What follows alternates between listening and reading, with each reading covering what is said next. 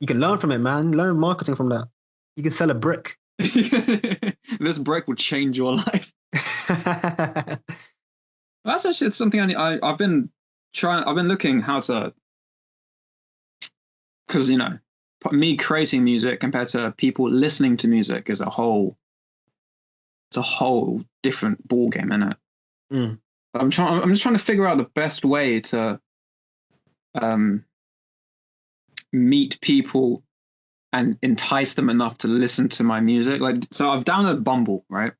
Not Bumble for dating, but Bumble because it's got business and BFF, right? Yeah.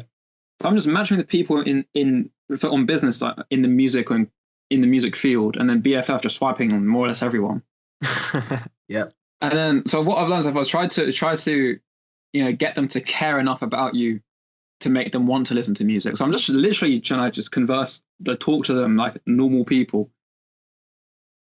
But then you get so, at least in my case, then I get so into like just talking to them and about them that they don't care to ask about me.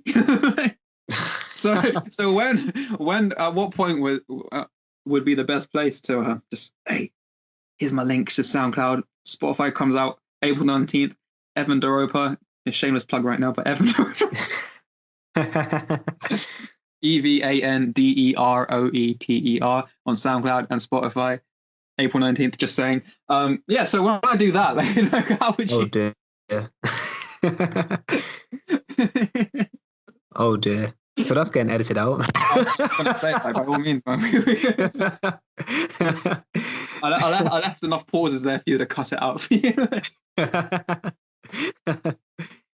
Nah, that's nuts. Like, that's an interesting transition actually, because like I know you mentioned TikTok as well. How it seems like your strategy is more or less getting to know them first and then expecting them to. Well, no, see, I'm not expecting them all. I'm just expecting, I'm hoping rather, just like a few people just to ask about me. Because these videos I'm watching by Adam Ivy on YouTube, obviously, it's just how to grow an organic following. Yeah. And he says just to engage with people, right? As I said, just to get them to talk to you. Mm. So, for example, if I came up to you and I didn't know you, I'd be like, hey, man, listen to my music. It's yada, yada, yada. It's dropping this day, X, Y, and Z. Yeah. Yeah, it'll be blessed to you if you like it. Just tell me and all that. I feel like you'd be less inclined to listen to it unless I've tried connecting to you as a person first. What do you think? I mean, I agree entirely. Like, you need, if there's a relationship there, you're more likely to listen or to care what they're saying. But at the same time, if you're coming in with the angle that at some point you're going to sell your music to them, it's not really genuine. It's kind of inauthentic, and I feel like that transpires through to what you do. I mean, obviously, I'm not a social media guru, but like, there's a line between like going out and making friends or going out and making potential customers.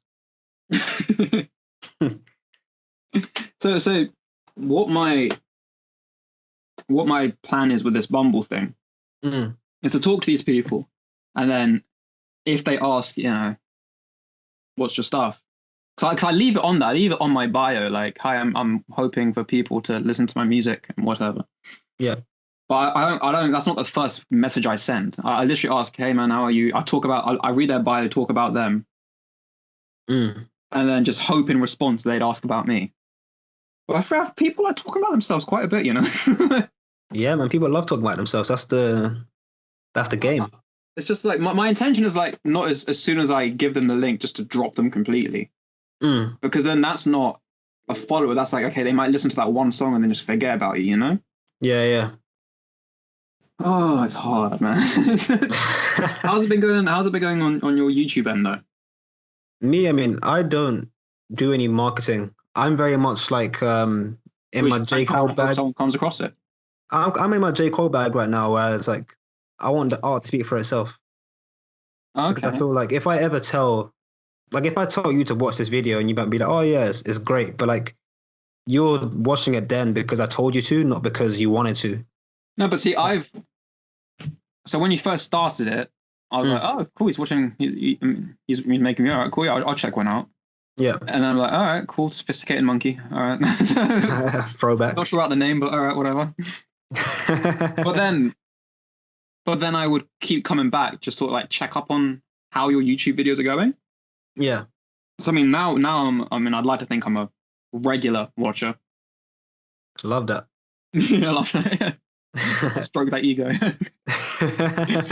But like in between then, when you started and now, I just check every now and then just to see how they're doing. I might not even watch the video then, and maybe just like read the comment section if there is one at that time. And flick through a video. But now I'm like, nah, I mean, he's making these videos. All right, let's see what he's freaking talking about. So let's just watch it. And because I know you, we're good friends and all, like just fucking one more viewers, is good in the long run at least, isn't it? Yeah, absolutely. But that's from a position where we know each other. Yeah, exactly. So that's why I'm thinking, like, if I can know these Bumble people, then maybe, like, this all relies on the maybe, but maybe it's another, but it's one, or maybe some guy goes through his phone, or he's just coincidentally playing my music at the right place at the right time. It's just. Imagine, yeah. So many maybe. I don't like maybe, My angle, like if I were doing music right now, I would like target.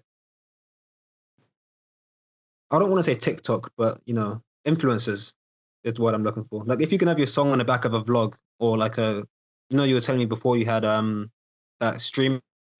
Yeah.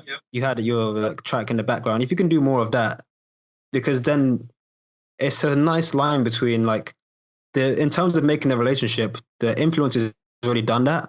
Like they've already got their tens of thousands or millions of.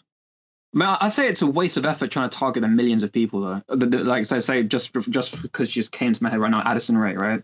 There is no point I'd say trying to message her because she's probably got a billion other messages from God knows how many people probably asking for the same thing. So maybe if I targeted like the ones to the 10K people who have a decent following, then that could accumulate. Huh? Go for the low hanging fruit. Yeah. And then you can climb up the tree. I get that, but then that's what everyone's trying to do as well. Yeah. If it were me, I would send like 100 DMs to the top, the top influencers, because you're talking about like going through Bumble to make these people like you, whatever. Like, let's look at KSI, for example. The people in his fan base already like him. So if he goes and plays Evan's music, the people have the relationship with KSI because they like him, and then they trust his judgment on that music. You kind of bypass the whole making connections thing because it's like. Yeah. It's actually mad that you said that because I was watching something of him recently. I think it was his One Question Go. Oh man, I don't watch his videos. I just remember the name. Oh, right. Well, but anyway, on that, there was this guy who's also a musician, and he was able to talk to KSI for this question, and he asked if he can just like give feedback, listen to a song, and give feedback on it. And the song was actually pretty good, right? And then he was like, "Really, thank you," and whatever. And I went to his channel, and then he had like 1 or 2K subs, but he also made this video on on the same night of how he came across KSI and whatever they talked about. And at that time, he said that he only had like a couple hundred subs. So he initially got to 1K just from that interaction. Yeah. That's what it takes, man. Yeah. And in my head, like, let's say you're only allowed to send 5 DMs a day. I would much rather send those 5 to the 5 biggest than the 5 most realistic. But so you think your chances going to the 5 biggest are higher than going to the lowest, and then the 5 realistic? No, but I mean, I guess because I've got a game theory head, and it's kind of long to explain that maths now. But it's a podcast; it's meant to be listenable. Yeah, true. Let me explain game theory in a very high level term. Talk to it like a musician. Come on.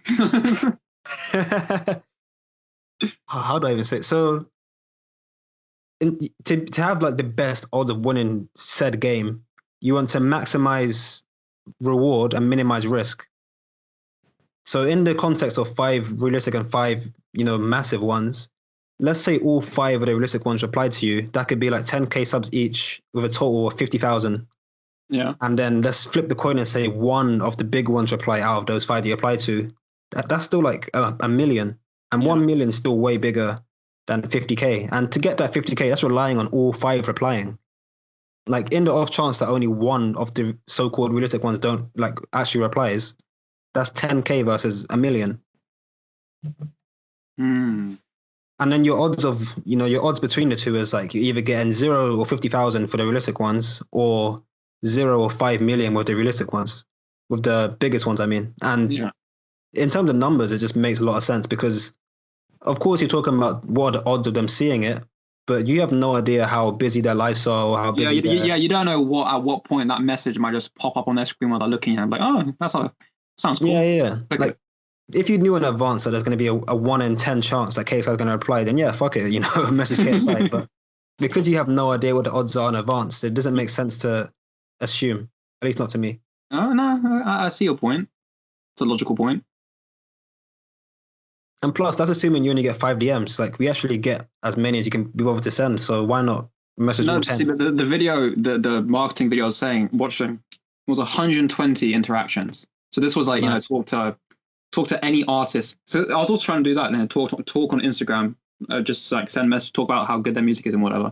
Mm-hmm. I mean, I didn't reach 120, but that's the idea though, to do 120 engagements, and then who knows might come across it. So 120 times a million. Mad. Yeah, I don't know. I mean, I don't know what I was saying. That I was meant to say 120 messages to 120 people with 1 million subs or 1 million followers or whatever. That's the idea of it. Yeah. Yeah, man. And if the odds are 1 in 100, like, you win. I mean, of course, there's also nothing stopping me from doing the low hanging and high hanging fruits. Yeah. Just pick every fruit. Yeah. Just uproot the entire tree. Just dig a tree out. Buy an axe. Yeah, I mean, I'm planning to market this podcast more than I did my YouTube channel. I was actually going to ask you that. What's your strategy? My strategy for this is more or less, I'm kind of going for the low hanging fruit right now. Like, by collaborating with guys like you, Michael, and everyone else, I don't expect, but the idea is that you will put this on your mediums as well. And that's, every upload is plus 100, plus 100, plus 100. Like, there's several different audiences there. Is this going on SoundCloud or Spotify? Everything. Everything. Okay, cool. Yeah, like you've at least got one I was gonna say retweet. That's essentially a retweet. Repost. There we go. Oh, on SoundCloud? Yeah. I mean, I'm going to put it on everything eventually, but it's like, I'm not going to market it on my own because, similar to my J. Cole bag from before, I want the art to speak for itself. Yeah. But they're more, like, if I do 100 episodes of 100 people, let's assume all of you guys have 100 followers. That's, your 100 times 100 people. That's 100,000, Yeah. Or 10,000, sorry, potential listeners. That's just from doing 100 episodes. It's not actually doing my own work. So it's a similar strategy, I guess. But instead of straight up asking you to share my work, it's like, be the work. I'm making you part of it.